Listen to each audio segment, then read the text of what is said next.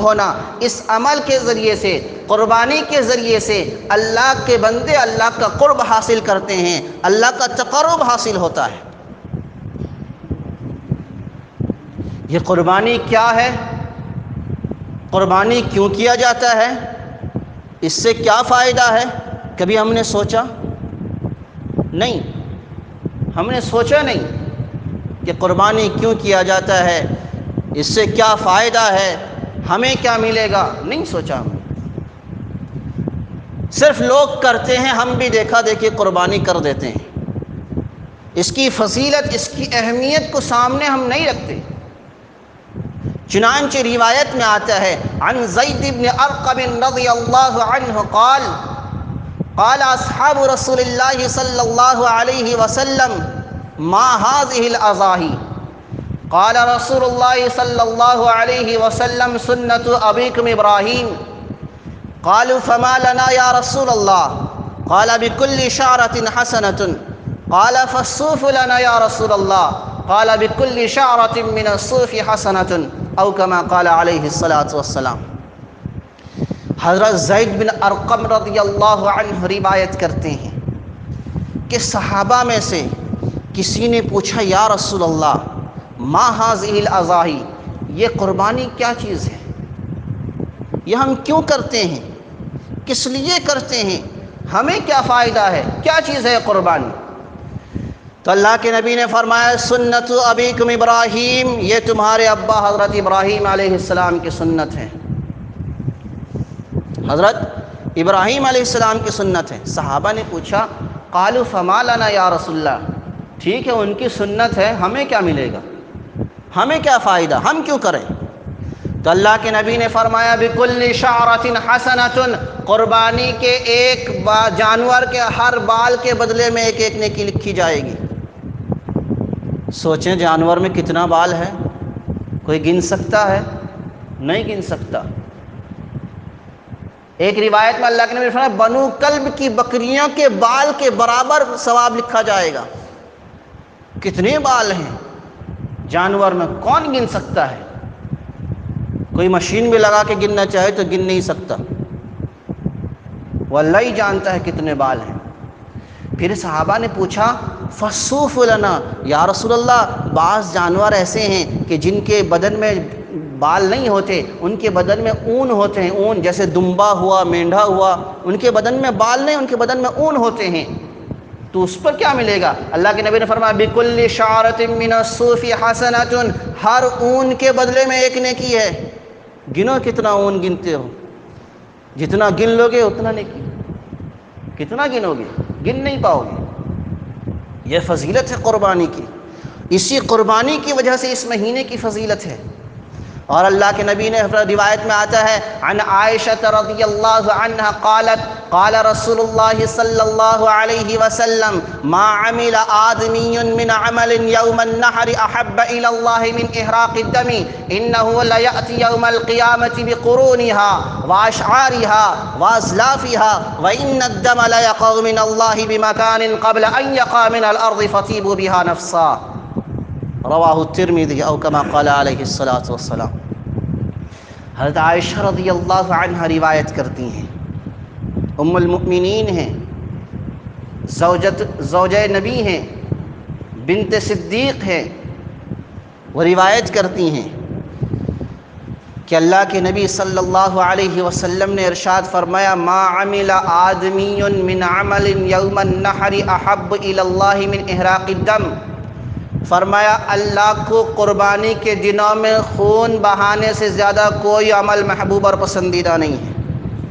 اللہ کو قربانی کے دنوں میں خون بہانے سے زیادہ کوئی عمل محبوب اور پسندیدہ نہیں ہے، یعنی قربانی کے دنوں میں خون بہانا جانور کا اللہ کو محبوب اور پسندیدہ ہے، اس کے علاوہ کوئی عمل محبوب اور پسندیدہ نہیں ہے۔ بعض لوگ یہ سوچتے ہیں حضرت ہم تو قربانی کرنے کی طاقت ہے مگر کرنے والا کوئی نہیں ہے، پیسہ قربانی کا صدقہ کر دینے سے ہوگا نہیں، نہ یہ جائز نہیں ہے۔ قربانی واجب ہے جس پر تو قربانی کرے گا، پیسہ اگر صدقہ کر دے گا وہ صدقہ نہیں ہوگا، قربانی اس کی طرف سے واجب ہے، صدقے کا ثواب مل جائے گا مگر قربانی اس کی طرف سے واجب جو ہے وہ ادا نہیں ہوگا، اس کو دوبارہ قربانی دینی پڑے گی۔ کیوں؟ اس لیے کہ قربانی کے دنوں میں خون بہانے سے زیادہ اللہ کو کوئی عمل محبوب اور پسندیدہ نہیں ہے. چاہے ہم لاکھوں روپے صدقہ کر دیں، جب تک ہم قربانی جانور کو قربان نہیں کریں گے تب تک ہمارا عمل اللہ کو قبول نہیں ہوگا. اسی لیے قربانی کے دنوں میں خون بہانا زیادہ محبوب اور اللہ کو پسند ہے. اور آگے اللہ کے نبی نے فرمایا انہ لیأتی یوم القیامۃ بقرونہا واشعارہا وازلافہا، کہ قربانی کا جانور ہم ذبح کرتے ہیں، ذبح کرنے کے بعد اس کا گوشت تو ہم کھا جاتے ہیں یا بانٹ دیتے ہیں، جو کرتے ہیں اس کا جو سینگ ہوتا ہے، اس کا جو بال ہوتے ہیں، اس کا جو کھر ہوتا ہے، اسے کیا کرتے ہیں؟ پھینک دیتے ہیں. اسے کیا کرتے ہیں؟ فضول، بیکار، کسی کام کا نہیں، یوز لیس، یہ سمجھ کر ہم کیا کرتے ہیں؟ پھینک دیتے ہیں. اس کی فضیلت اللہ کے نبی نے فرمایا انہ لیأتی یوم القیامۃ بقرونہا واشعارہا وازلافہا، کہ جس کھر کو، جس بال کو اور جس سینگ کو ہم بیکار سمجھ کے پھینک دیتے ہیں، کل قیامت کے دن قربانی کا جانور ان کے ساتھ آئے گا، اس کے سینگ اور بال اور کھر کے ساتھ آئے گا. اور کیا فرمایا؟ ان الدم لا يقع من اللہ بمکان قبل ان یقع من الارض. فرمایا کہ اللہ کے نبی نے فرمایا قربانی کے جانور کا خون زمین پر گرنے سے پہلے اللہ کے یہاں قبول ہو جاتا ہے. قربانی کے جانور کا خون زمین پر گرنے سے پہلے اللہ قبول کر لیتا ہے.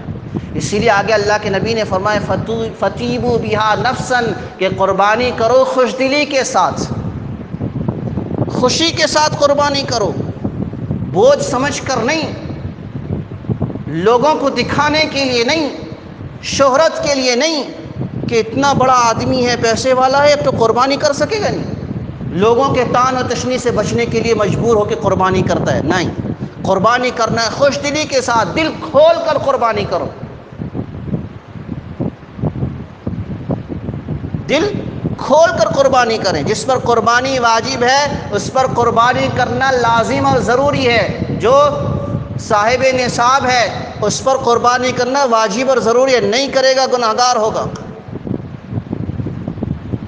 قربانی واجب کس پر ہے؟ جس کے پاس سونا ہے، یعنی جس پر زکوٰۃ واجب ہے اس پر تو قربانی واجب ہے. اور ایک نصاب ہے سونا چاندی یا مال تجارت، روپے پیسے کے علاوہ اگر اس کے پاس ضرورت سے زائد سامان ہو، یا ان میں سے کسی ایک کا مجموعہ ہو یا سب کا مجموعہ ہو، ان کی قیمت ملا کر 612 گرام 360 ملی گرام چاندی کی قیمت کو پہنچ جاتے ہیں، اس پر قربانی واجب ہے. ضرورت سے زائد سامان ہے، میرے پاس 10 کپڑے میں استعمال کرتا ہوں مگر ہے 20 کپڑے، وہ استعمال کرتا نہیں، ضرورت سے زائد ہیں. اسی طرح اور بھی دیگر چیزیں جو ضرورت سے زائد ہیں، استعمال میں نہیں آتے ہیں، ان کی قیمت اگر ملا لیں گے، ان کی قیمت اور دیگر اشیاء، دیگر چیزیں، سونا چاندی ہو یا روپے پیسے جو تھوڑا تھوڑا ہے، ان سب کی قیمت کو ملا لیں گے. اگر اس کی قیمت 612 گرام چاندی، 612 گرام 360 ملی گرام چاندی کی قیمت کو پہنچ جاتے ہیں، اس پر قربانی واجب ہے. یعنی جس پر صدقہ فطر واجب ہے اس پر قربانی واجب ہے. لہٰذا جب ایک گھر میں 8 یا 10 بھائی ہیں، ان سب پر قربانی واجب ہے، تو سبوں کو قربانی دینا ضروری ہے. ہم کیا کرتے ہیں؟ 5 بھائی کا یہ سال دے دیں گے، ایک تو ابا کا مرحوم ہے ان کا دے دیں گے، ایک تو حضور کا دے دیں گے، اور باقی 5 بھائی کا اگلے سال دیں گے. نہ، 5 بھائی کا یہ سال واجب ہے تو 5 کو دیں گے، اور باقی 5 کا واجب ہے تو ان کا بھی دینا لازم اور ضروری ہے. اور کیا کرتے ہیں؟ بیٹوں کا اس سال دے دیتے ہیں، 5 بیٹے ہیں یا 4 بیٹے ہیں یا 3 بیٹے ہیں، اس سال دے دیں گے.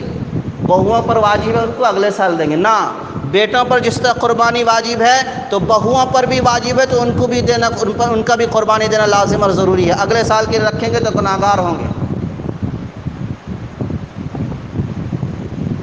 خوش دلی سے قربانی دیں. جن پر قربانی، ایک گائے نہیں ہوتی دوسری گائے خرید لیں. اگر گائے خریدنے کی طاقت نہیں ہے کہ ایک گائے خریدوں گا 10-12 ہزار لگے گے، میں 2 آدمی، ہم دونوں ہیں، 2 آدمی کی قربانی، ہم پر قربانی واجب ہے، 2 آدمی کے لیے 12,000-15,000 کی گائے خریدیں گے، نہیں خریدنے کی طاقت ہے، کسی کے ساتھ شیئرنگ میں قربانی دے دیں. کسی کے ساتھ حصہ لے لیں کہ بھائی تم ایک گاہ خریدو، میں اس میں شریک ہو جاؤں گا، تمہارے 4 آدمی ہیں تو میرے 2 آدمی ہیں، 1 آدمی حضور کا ہے، ہم مل کے قربانی دے دیں گے، اس طرح کر لو۔ مگر قربانی جس پر واجب ہے قربانی دینا لازم اور ضروری ہے۔ اور حدیث میں اللہ کے نبی نے فرمایا، عن ابی ہریرہ رضی اللہ عنہ قال قال رسول اللہ صلی اللہ علیہ وسلم من وجد ساعۃ فلم یضحی فلا یقربن مصلانا۔ کتنی بڑی سخت وعید اللہ کے نبی نے فرمائی ہے، کتنی بڑی پھٹکار اللہ کے نبی نے فرمائی ہے کہ جو قربانی دینے کی طاقت رکھتا ہے، قربانی دینے کی صلاحیت رکھتا ہے، مالدار ہے، صاحب نصاب ہے، قربانی کر سکتا ہے، اس کی طاقت ہے، فلم یضحی، اور وہ قربانی نہ کرے، اللہ کے نبی نے فرمایا فلا یقربن مصلانا، وہ ہماری عیدگاہ کے قریب بھی نہ آئے۔ کتنی بڑی پھٹکار ہے، کتنی بڑی وعید اللہ کے نبی نے بیان فرمائی کہ قربانی کرنے کی طاقت رکھنے کے باوجود قربانی نہ کرے، اللہ کے نبی نے فرمایا ہماری عیدگاہ کے قریب بھی نہ آئے۔ اسی لیے میرے دوستو بزرگوں، میرے بھائیوں، یہ مہینہ جو ہے اس میں اعتبار سے بھی افضل ہے کہ اس مہینے میں قربانی جیسا اہم عمل ادا کیا جاتا ہے۔ یہ اہم عمل میں نے بتلایا کہ صحابہ نے پوچھا قربانی کیا؟ اللہ کے نبی نے فرمایا تمہارے ابا حضرت ابراہیم کی سنت ہے۔ حضرت ابراہیم علیہ السلام اپنے بیٹے حضرت اسماعیل کے 80-82 سال کی عمر میں اللہ سے مانگا، ربی حب لی من الصالحین، فرمایا اے رب العالمین، اے میرے بیٹے، اے رب العالمین، اے پروردگار عالم، مجھے ایک نیک صالح بیٹا عطا فرما۔ تو اللہ نے کیا کہا؟ خوشخبری دی، فبشرناہ بغلام حلیم، ایک حلیم اور بردبار بیٹے کی خوشخبری دی۔ مانگا کیا تھا؟ مانگا تھا صالح بیٹا، اللہ نے دیا کیا؟ حلیم اور بردبار بیٹا دیا۔ کیوں؟ اس لیے کہ آگے چل کے اسے قربان ہونا ہے، امتحان کا پرچہ حل کرنا ہے۔ تو اللہ نے کیا فرمایا؟ فَلَمَّا بَلَغَ مَعَهُ السَّعْيَ قَالَ يَا بُنَيَّ إِنِّي أَرَىٰ فِي الْمَنَامِ أَنِّي أَذْبَحُكَ فَانظُرْ مَاذَا تَرَىٰ قَالَ يَا أَبَتِ افْعَلْ مَا تُؤْمَرُ سَتَجِدُنِي إِن شَاءَ اللَّهُ مِنَ الصَّابِرِينَ۔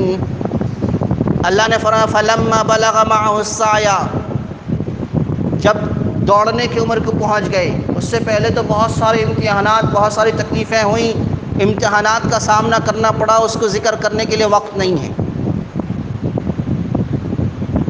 جب دوڑنے کی عمر کو آ گئے تو اللہ نے حضرت ابراہیم کو خواب دکھایا۔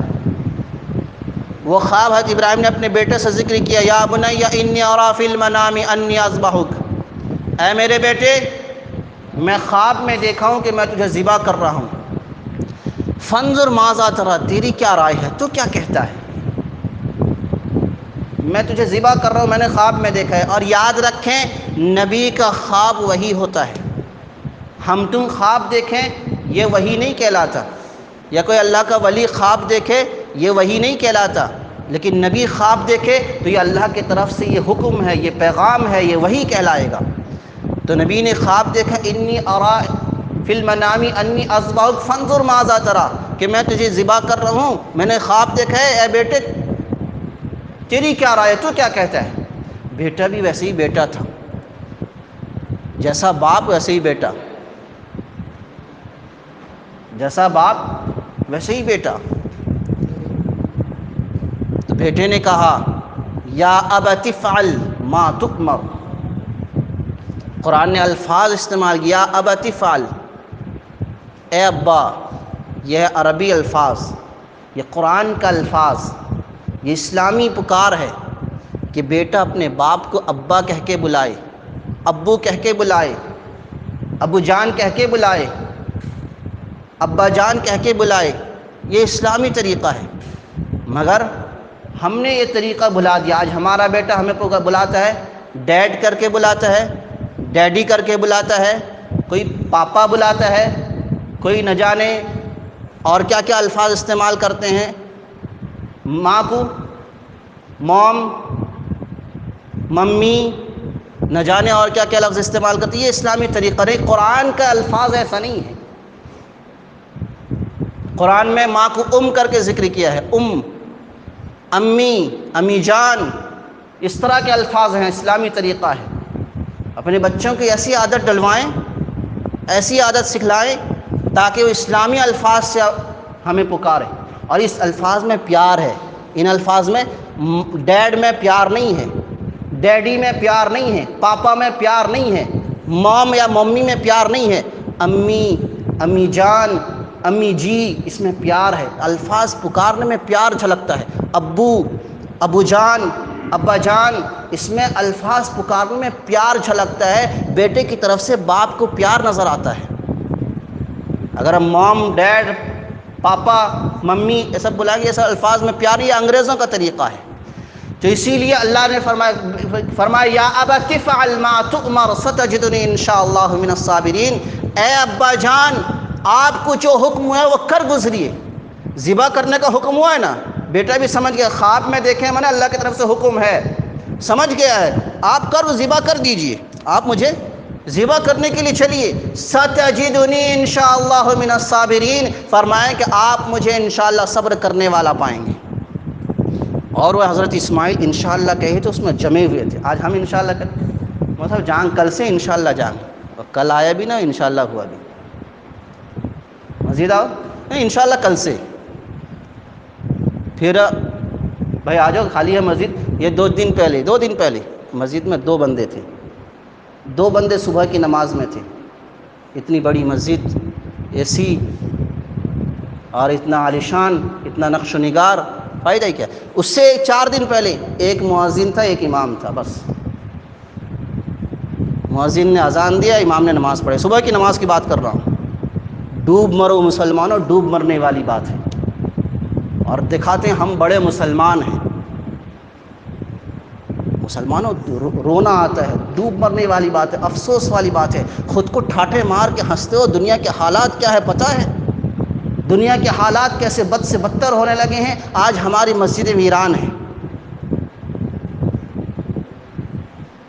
اتنی بڑے عالیشان مسجد بنا کے فائدہ کہ چھپر کی مسجد بنا دیتے، اس سے کافی تھا۔ اللہ عالیشان مسجد نہیں دیکھتا، اللہ یہ نہیں دیکھے مسجد میں کتنا اے سی لگا ہے، کتنا پنکھا لگا ہے، کتنا مسجد میں ٹائلز اچھے اعلی کوالٹی کا ٹائلز اور گرینائٹ لگا ہے یا نہیں لگا ہے، مسجد میں کتنا خرچ ہوا، اللہ یہ نہیں دیکھے۔ اللہ دیکھے مسجد میں نمازی کتنے تھے، مسجد مصلیوں سے آباد تھا یا نہیں تھا۔ مسجد کا خالی ہونا یہ قیامت کی نشانی ہے، اور مسجد میں آ کر باتیں کرنا یہ بھی قیامت کی نشانی ہے۔ اللہ کے نبی نے فرمایا عن علی بن ابی طالب رضی اللہ عنہ قال یوشک علی الناس قال رسول اللہ صلی اللہ علیہ وسلم یوشک علی الناس زمان لا يبقى من الاسلام الا اسمه ولا يبقى من القرآن الا رسمه ومساجده معامرة وهي خراب من الهدى۔ اللہ کے نبی نے فرمایا قریب لوگوں پر ایک ایسا زمانہ آنے والا ہے جس میں اسلام کا صرف نام باقی رہے گا، اس کی حقیقت ختم ہو جائے گی، قرآن کے صرف حروف باقی رہیں گے، اس پر عمل نہیں ہوگا، اور مسجد عالی شان اور عمدہ بنیں گی، اور وہ نمازی اور ہدایتوں سے ویران رہیں گے، نمازی نہیں ہوں گے۔ فائدہ ہی کیا ایسی مسجد بنانے کا؟ تو انشاءاللہ حضرت اسماعیل ڈٹ کے کیے تھے، آپ ذبح کیے، چھری چلائیے، مجھے صبر کرنے والا انشاءاللہ پائیں گے۔ ویسے ہی انشاءاللہ ہم کہہ کے دکھائیں، انشاءاللہ ویسے ہی کہیں گے تو پھر جانا پڑے گا۔ اس لیے میرے دوست بزرگوں، میرے بھائیوں، اپنے اعمال کو درست کریں، اور ان 10 دنوں میں خوب اللہ کی عبادت کریں اور قربانی کریں، خوش دلی کے ساتھ قربانی کریں، ریا، نمود، دکھاوے یہ سب شہرت کے لیے قربانی نہ کریں، خالص اللہ کے لیے کریں۔ اگلے ہفتے انشاءاللہ موقع ملے گا تو پھر اس پر بات ہوگی کہ اپنے اعمال کو، اپنے نیت کو درست کرنے پر انشاءاللہ اللہ سے دعا کریں، اللہ ہمیں کہنے سننے زیادہ عمل کی توفیق عطا فرمائے۔ ایک ہے ذی الحجہ کا چاند دیکھنے کے بعد جو شخص قربانی کرنا چاہتا ہے، وہ ذی الحجہ کا چاند دیکھنے کے بعد مستحب ہے، کوئی فرض واجب نہیں، بار بار کہہ رہا ہوں، کوئی فرض واجب نہیں، مستحب ہے کہ اپنا بال اور ناخن نہ کاٹے۔ جو شخص قربانی کرنا چاہتا ہے، کرنے والا ہے، اس کے لیے مستحب ہے کہ ذی الحجہ کا چاند ہونے کے بعد اپنا بال اور ناخن نہ کاٹے، یہ نہ کاٹنا مستحب ہے۔ اگر کسی نے کاٹ دی تو کوئی بات نہیں، اگر کسی 40 دن سے زیادہ کوئی رکھے گا بال ناخن گناہگار ہوگا، تو جس کے 40 دن ان دنوں میں ہو گئے ہیں تو اس کو چاہے کہ وہ کاٹ لے۔ اسی لیے یہ عمل مستحب ہے، فرض واجب نہیں، کوئی اگر کاٹنا چاہے تو کوئی بات نہیں۔ دوسرا، جمعہ کی اذان اول کے بعد خرید و فروخت کرنا کیسا ہے؟ جمعہ کی جو اذان ہوتی ہے، اللہ قرآن میں فرماتے ہیں اذا نودی للصلاۃ من یوم الجمعۃ فاسعوا الی ذکر اللہ وذروا البیع، کہ جب جمعہ کی اذان ہو جائے تو اللہ کے ذکر کی طرف دوڑو اور خرید و فروخت چھوڑ دو۔ فقہائے کرام اور مفسرین کرام نے فرمایا کہ جمعہ کی جب پہلی اذان ہوتی ہے، جب جمعہ کی اذان ہونے کے بعد جو بیان ہوتا ہے، پہلی اذان کے بعد خرید و فروخت کرنا مکروہ تحریمی ہے۔ سن لیں، پہلی اذان کے بعد، جمعہ کی پہلی اذان کے بعد خرید و فروخت کرنا مکروہ تحریمی ہے، اور تجارت، کاروبار اور دیگر کام چھوڑنا یہ واجب ہے۔ اور مفتی شفیع صاحب معارف القرآن میں لکھا ہے کہ اللہ نے خرید و فروخت کا ذکر کیا ہے، اس سے ہر وہ کام جو جمعہ کی اذان سن کے جانے سے روکتی ہے وہ سب چیز مکروہ ہے، یہاں تک کھانا پینا، دوسرے کام میں مشغول ہونا جو جمعہ میں جانے سے روک رہی ہے وہ سب مکروہ ہے، اور مکروہ تحریمی ہے جو حرام کے قریب قریب ہے۔ اس لیے اس بات کا خیال رکھیں، جمعہ کا پہلا اذان ہوتے ہی اللہ کے گھر کی طرف، جمعہ کی طرف چلیں، نماز کی طرف چلیں، کریں گے انشاءاللہ۔ اللہ کہنے سننے زیادہ عمل کی توفیق عطا فرمائے۔ وآخر دعوانا الحمدللہ رب العالمین۔